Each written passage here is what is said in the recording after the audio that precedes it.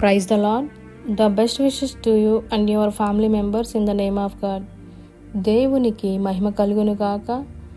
దేవుని నామము పేరిట మీకును మీ కుటుంబ సభ్యులందరికీ శుభాభివందనములు.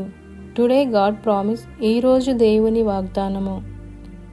అపహాసికులు కూర్చుండు చోటను కూర్చుండక. కీర్తన గ్రంథము 1వ అధ్యాయము 1వ వచనము. Do not sit where scoffers sit.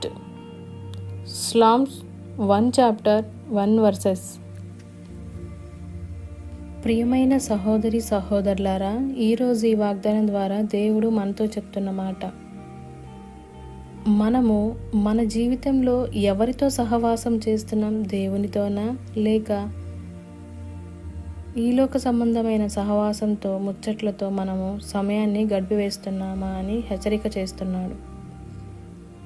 మనల్ని మనం పరీక్షించుకోమంటున్నారు.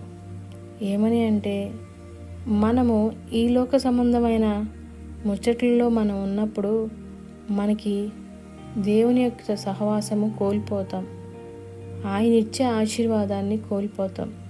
అవ్వమ్మ సాతానుతో సహవాసం చేసి దేవుని ఆజ్ఞను అతిక్రమించింది. ఆజ్ఞ అతిక్రమమే పాపమని తెలిసి కూడా పాపంలో పడిపోయింది. దేవుడు వాస్తవానికి వారికి ఏదెను తోట మీద పూర్తి అధికారం ఇచ్చాడు. ప్రతిరోజు దేవునితో సహవాసం గడిపే విధముగా దేవుడు అలాంటి సమయాన్ని వారికి కల్పించాడు. అలాగా దేవునితో గడపకుండా సాతానుతో అవ్వమ్మ గడపడం వలన, తను చెప్పిన మాటను వినడం వలన పాపంలో పడిపోయింది. ఏదేని తోట నుండి వెలివేయబడింది. సాతాను ఎన్నో రకాలుగా మనల్ని దేవునిలో గడపనీయకుండా, ఆయనతో సహవాసంలో ఉండనివ్వకుండా ఏదో ఒక విధంగా మనల్ని డిస్టర్బ్ చేస్తూ ఉంటాడు. మనము ఎల్లప్పుడూ మెలకువగా ఉండి చురుగ్గా మనము దేవుని యొక్క సన్నిధిలో సహవాసం కలిగి దేవుని మాటలను దేవునికి ప్రార్థించుకుంటూ మనము దేవుని సమయాన్ని ఇవ్వాలి. తద్వారా దేవుడు మన జీవితాన్ని కాక మన జీవితంలో పాటు మన కుటుంబంలో ఉన్న వారందరినీ, అలాగే ప్రతి విషయంలో మనకి ఆశీర్వాదాన్ని ఇస్తాడు. అట్టి ఆశీర్వాదము మనం పొందుకోవాలి కదా. అలాంటప్పుడు మనము దేవునితో సహవాసం చేయాలి.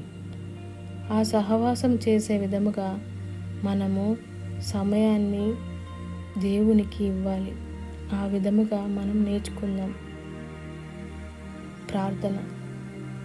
మహోన్నతుడా, మహాగరుడా, సర్వమును ప్రేమించిన సర్వసృష్టికర్తమైన మా దేవ, కృపా సత్య సంపన్నుడు అయిన మా తండ్రి, మీకెన్నో వందనములు, స్తోత్రములు. ఈరోజు ఈ వాగ్దానం ద్వారా మాతో మాట్లాడినందుకు మీకు వందనములు. ఈ వాగ్దానము ఎంతమంది అయితే వింటున్నారో వారి జీవితంలోనూ, మా అందరి జీవితంలోనూ నీకు సమయాన్ని ఇచ్చి నిన్ను ప్రేమించేవారుగా, నీ యొక్క మాటలను విని మేము సంతృప్తి పొంది మీ ఆశీర్వాదంలో మేమందరం పొందుకునే విధముగా అట్టి సహవాసాన్ని మాకు దయచేయమని, మా హృదయము, మా మనస్సు, మా తలంపులన్నీ నీ ధ్యానం మీద పెట్టుకొని ఉండకు సహాయం దయచేయమని నజరేయుడైన యేసుక్రీస్తు అతి పరిశుద్ధ నామమున అడిగి వేడుకొని పొందుకొని ఉన్నాము తండ్రి. ఆమేన్.